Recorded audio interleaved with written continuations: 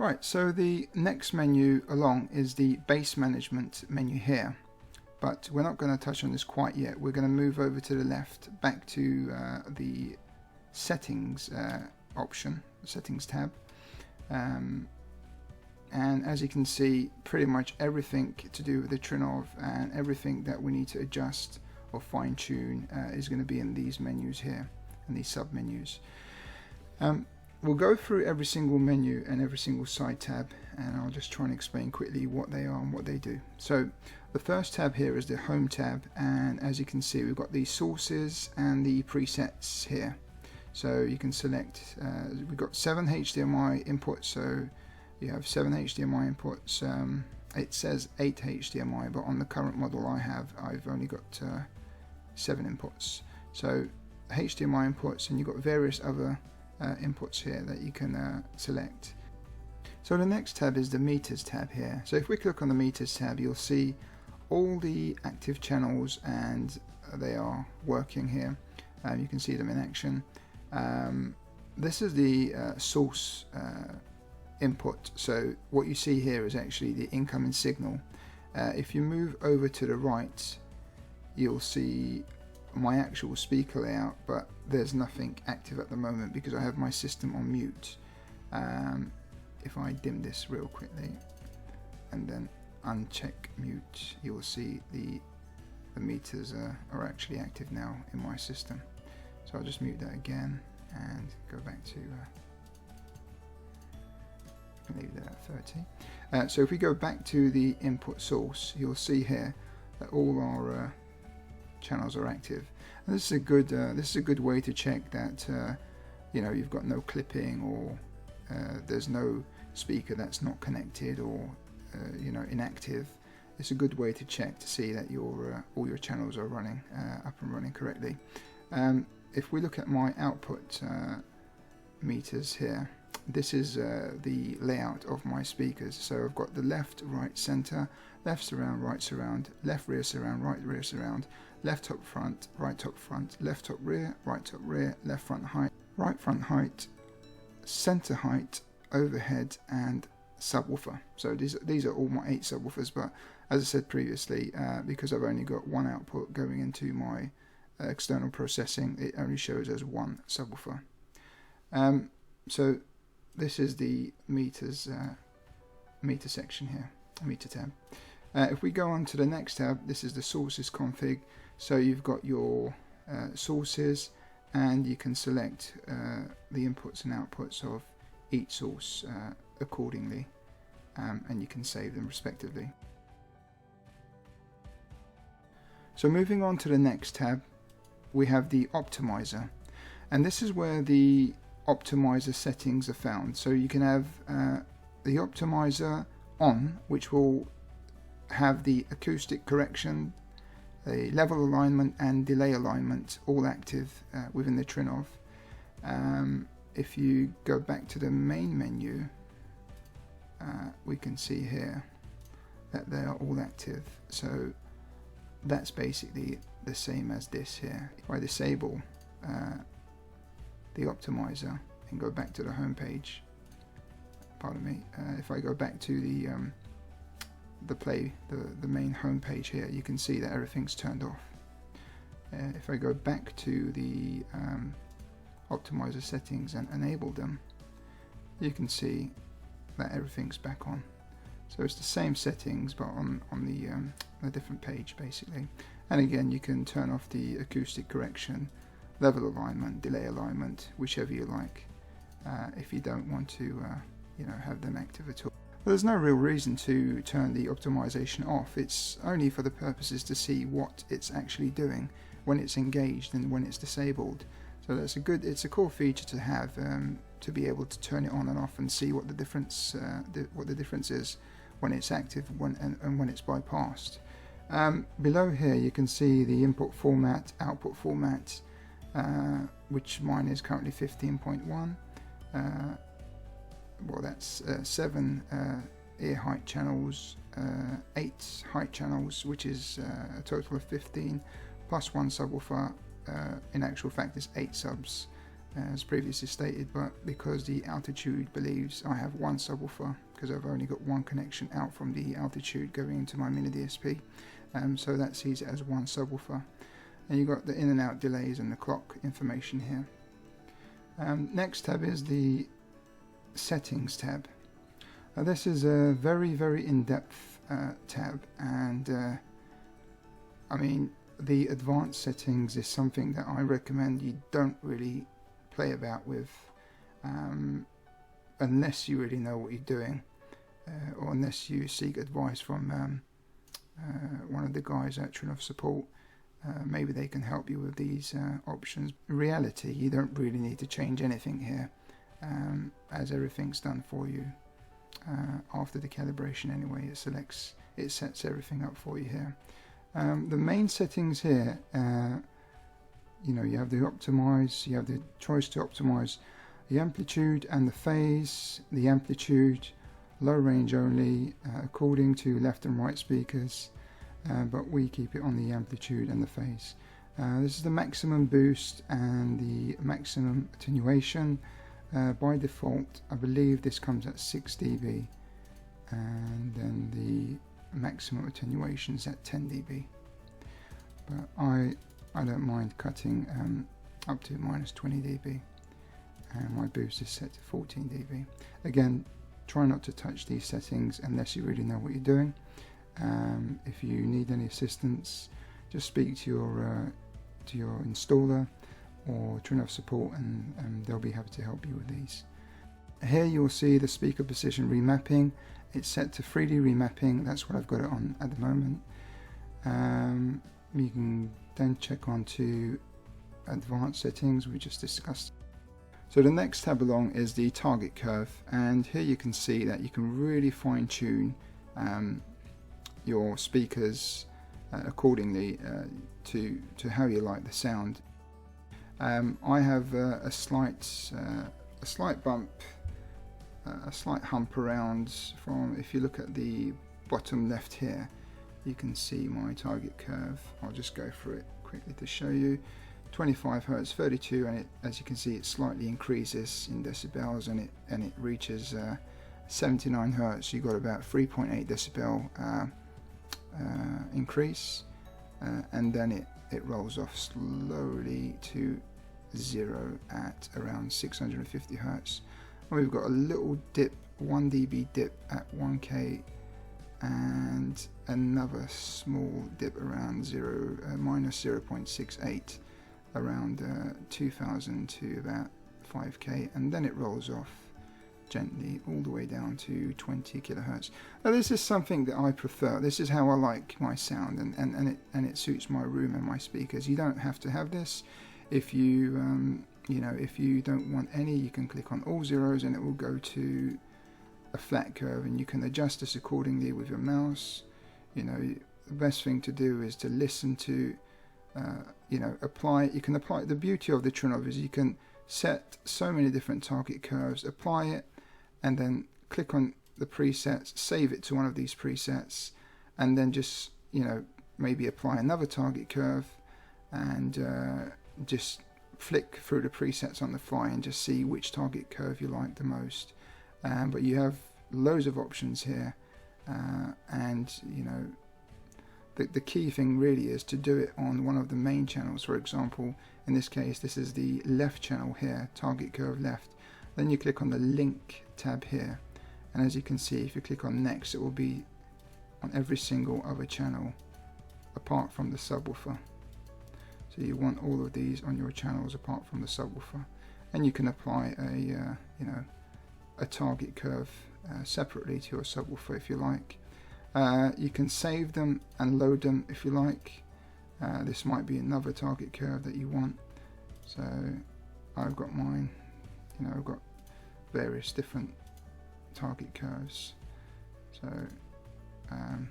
you can save them and try different target curves to your taste, basically. If you want to go back to your original, you can just go back to your preset and just click on the preset, and this is what my target curve was originally, as you can see, and it goes back to that. So that's pretty much the target curve. So also you can look at the group delay, the phase, and the impulse response as well. The excursion curve is, you can add points and select the frequency response that you don't want the optimizer to correct. So you might say, for example, you don't want any frequencies from 500 Hertz up to 20k, you don't want them corrected, and you can add points and you can bring these down to exclude any correction on these frequencies.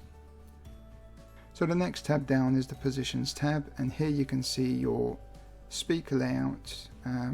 The green speakers are what the recommendation is, and you can scale in and out to see, and then the light blue and red are the ones that my configuration is at the moment.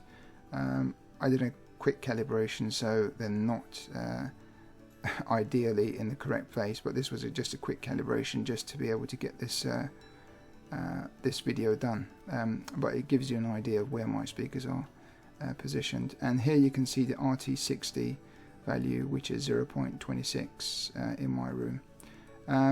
Again, you can have a different view. This is the elevation view. It will show you exactly where your speakers are placed in the room, and again a summary of each individual speaker. What you really want to do is, when you're doing the calibration, just double check the azimuth of the center channel. You want that to be as close to 0 as possible. That means your microphone is pointing right at the center channel, dead on, and every other speaker will be accurate accordingly, providing you have the the calibration mic set correctly. So you just need to make sure that that's not too far off from 0. If it's like -1 or minus 1.5 or +1, that's okay, but the more you have it closer to 0, the more accurate it will be.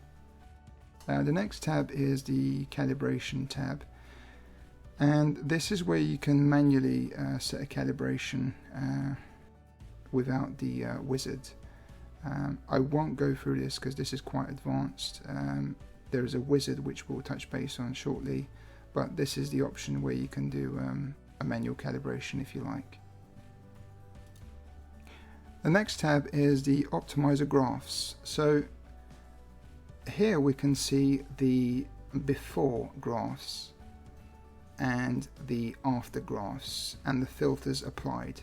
So the before graph is the direct measurement from speakers, and this is all captured by the Trinnov 3D microphone. The after graphs are the result of the calibration, with all the time delays and filters applied to each individual speaker, which you can see here on the right hand side. And the last section here is the filters. We can actually change this. We can untick the filters and we can see both, just the before and after, or we could just see the after if we like, or just the before if we like, or all three if you like.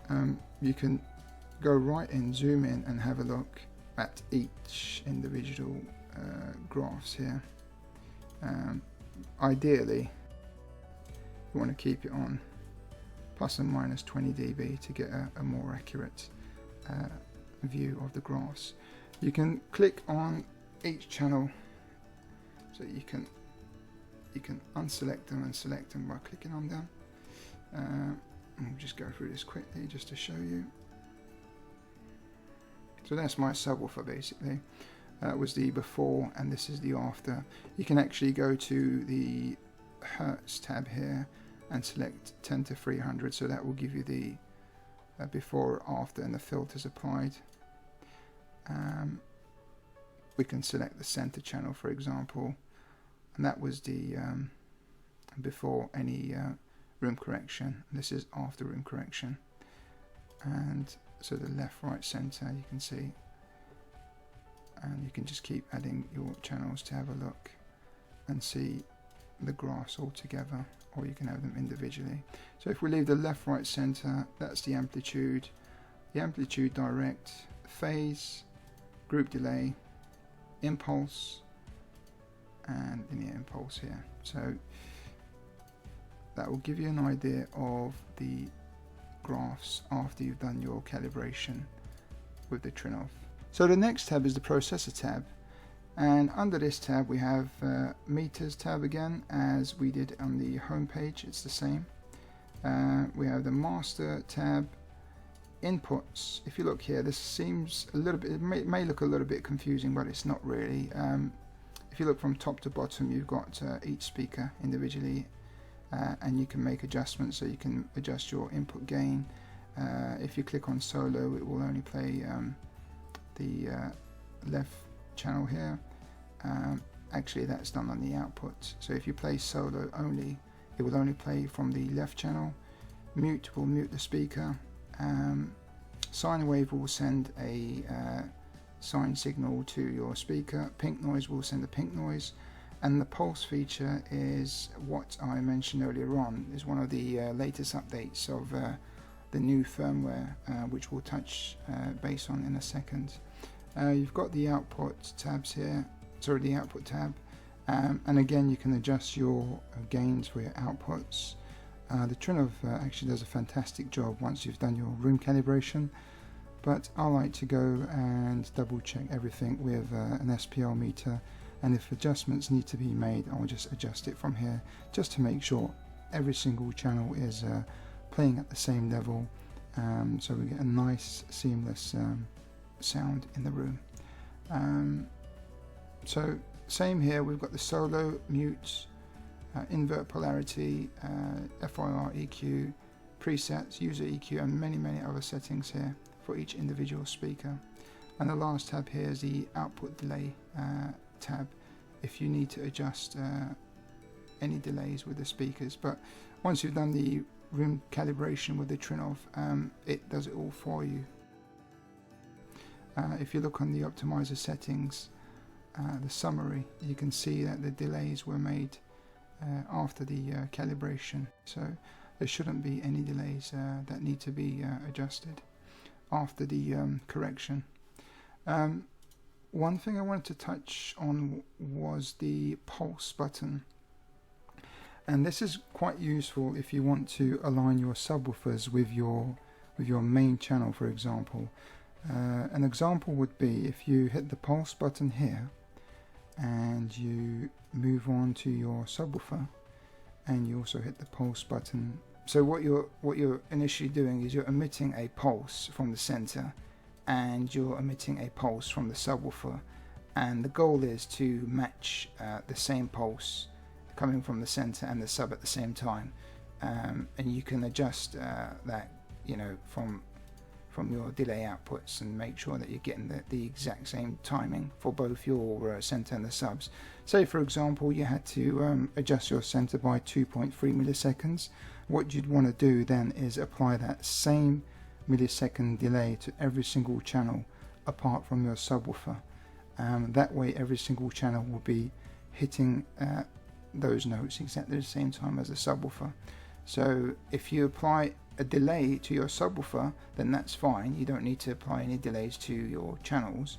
But if you apply any delay to your channel, for example when you're doing the pulse with the center and the subwoofer for this example, let's say they're both, you know, hitting at the exact same time when the center's at 2.3 milliseconds, then what you want to do is you want to apply that 2.3 milliseconds to every other speaker to make sure they're all accurately matching the center channel.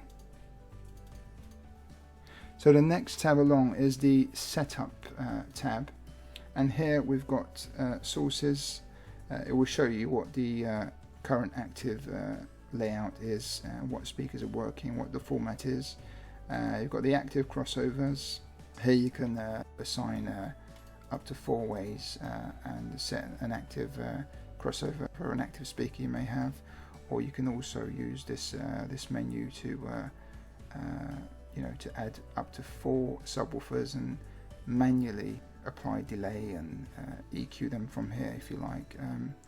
But I won't go into that. This is a bit of a complex setup, and it's not something everyone will be looking at doing. Again, we've got the clock settings here. Config editor. This is good for the guys out there trying to support to troubleshoot any problems that you may be having. You've got the network settings here, and the system status. And here you can actually turn off the Trinnov altitude 16 or 32. If you click on this button, it will turn off the units.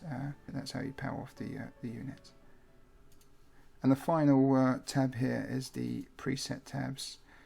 So if I basically click this, you can see on the top here it will adjust everything to the way I had it saved under this preset, and everything will be back to normal. We have 29 presets here, as you can see. You can save as many presets as you like, and you can change them on the fly, even from the main page. Here you've got the bypass button, and if you click on this menu here, on this tab, sorry, it will take you right back to the home page here. And like I said, you can actually click on this preset tab here, and you can select different presets on the fly. Okay guys, so before we move on to base management, just want to show you one more thing under the preset tab. You've got the option to lock this preset or to choose it as a default preset. So if you lock the preset, you're unable to delete this preset or save any further adjustments you may make to your altitude. If you uncheck it, then you can clear it and make any adjustments and save them under the preset. The default option here basically allows you to have whichever preset you have here. So if you have multiple presets, you can click on the default option, and what that will do is when the altitude loads up, that will be the default preset that it loads into. So you have these two options here. The other thing I forgot to mention was under your preset, you select, if you click on the preset info, it will give you all the information of that preset. So the last calibration date, when it was last saved, the preset size, etc, etc. So it'll give you all this information here.